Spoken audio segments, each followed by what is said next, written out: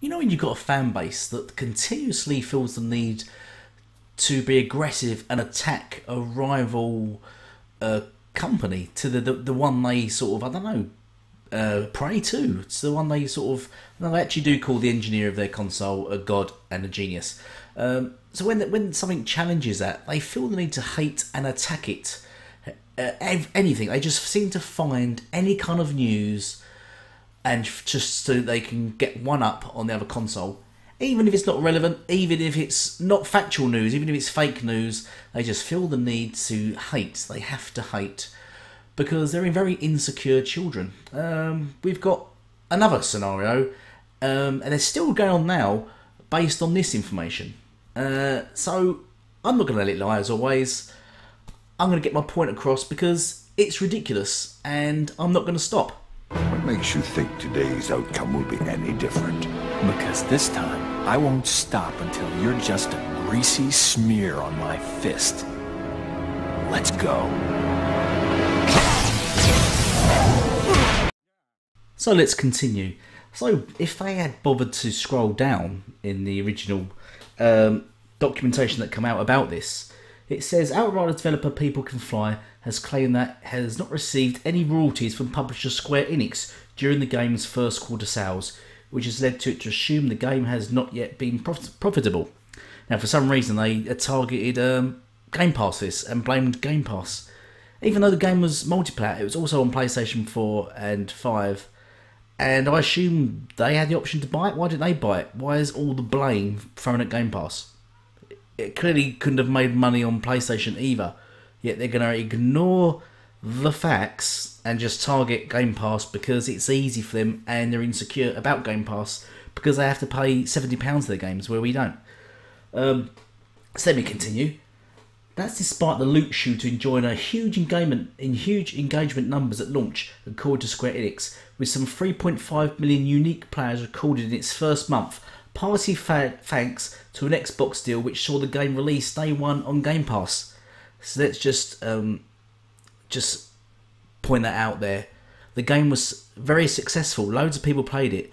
Thanks to Game Pass. More people played it on Game Pass than PlayStation.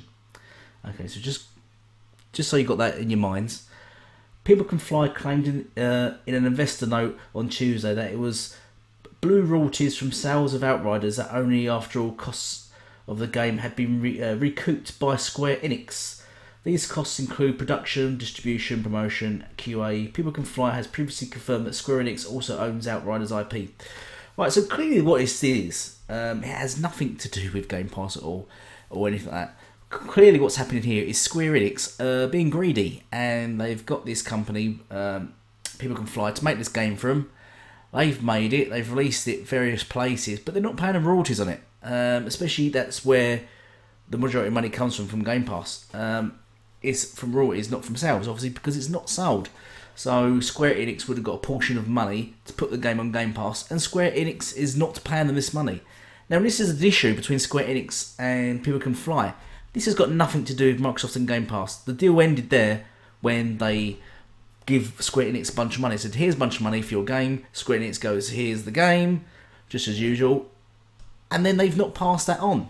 That money on to People Can Fly and kept it. So this is solely an issue with Square Enix and People Can Fly. Nothing related to Game Pass whatsoever. And anything, as I said, Game Pass was a success for the game and helped the game. In fact, just to double up on it all, Square Enix come out and said Game Pass launch worked out according to them and was very successful and very profitable for them.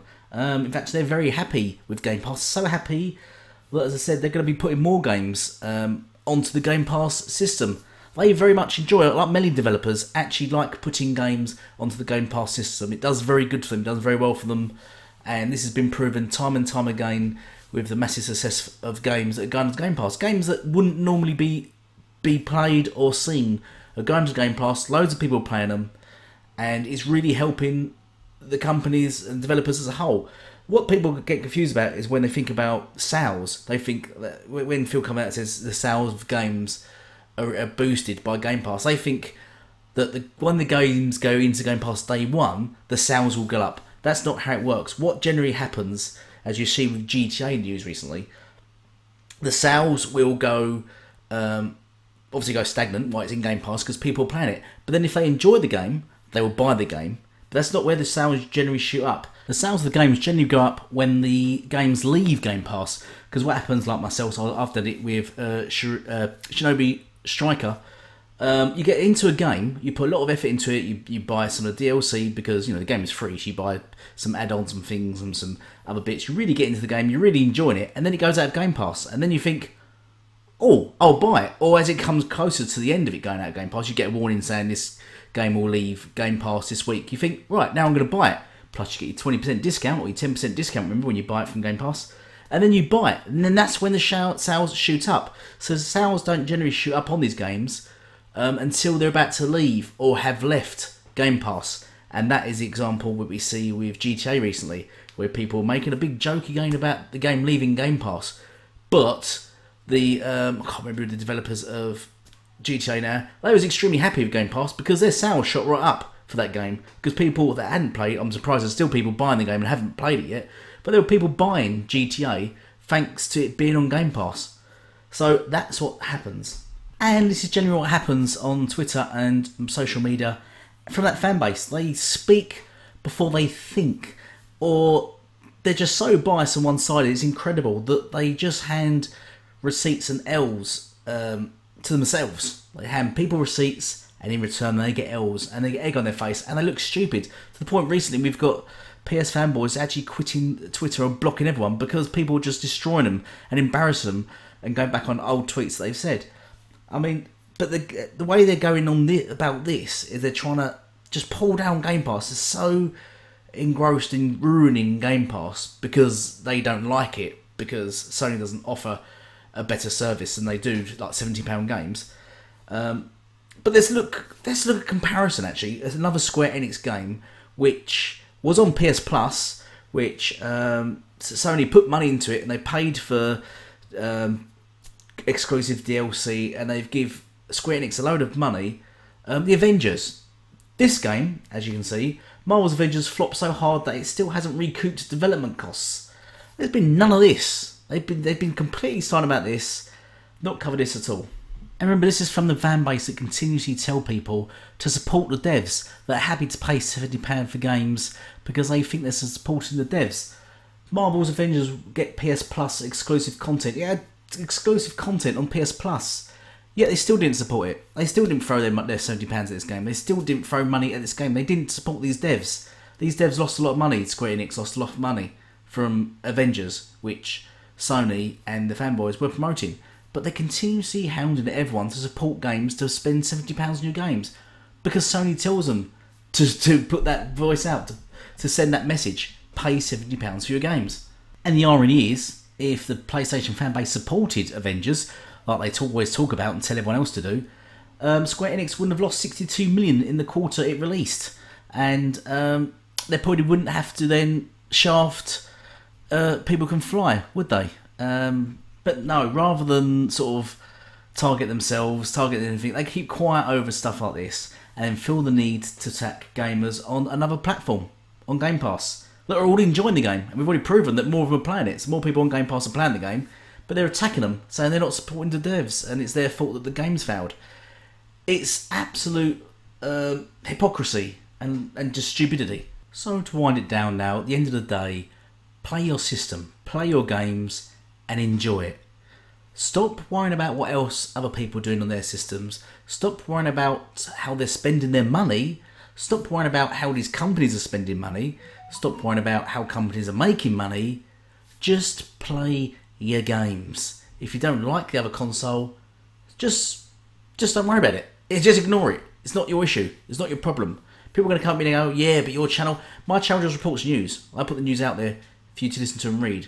If a lot of the news lately is negative towards PlayStation, that's a PlayStation thing. That's nothing on me, is it? It's not my fault PlayStation's been very negative and anti-consumer at the moment, or losing things. And these videos like this wouldn't be videos like this. These wouldn't exist if that fan base wasn't so stupid and cowardly. Because they're basically cowards to their own system. Why they're moaning at Xbox for not doing this, not doing that? You did it all last generation. Xbox heard. A lot of the Xbox gamers agreed with you, and Xbox agreed with you, and they've changed. They've done major improvements this generation. But Sony haven't. Sony have actually dropped back to the PS3 era. They're making massive downgrades, and it's because they don't really care. Because they know, at the end of the day, you're going to be supporting them regardless. They're going to not give you full backwards compatibility, so they can charge you for remasters, remakes, reboots, director's cuts, and all sorts of other stuff that's going to make them money. And they're going to charge you £70 for games on the PS5, even the games are on PS4.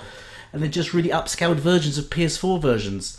They're going to do these things. And maybe you should take your fight to them rather than spending all your anger, time and frustration complaining about Xboxes and its good service, which everyone's commending.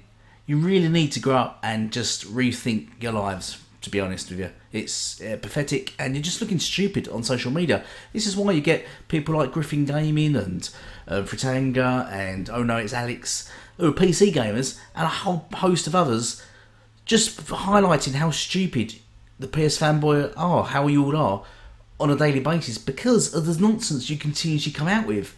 And I don't know what it is, I don't know why you're doing it. And I honestly want you to stop, because you're just making yourselves look stupid, and you're creating content for people like myself, and them, and millions of others, out of your own stupidity.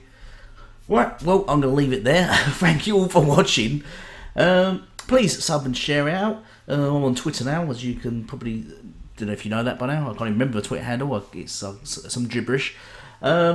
But please sub and share. Look out for my other videos coming up and my podcasts. Thank you all for watching, and goodbye for now.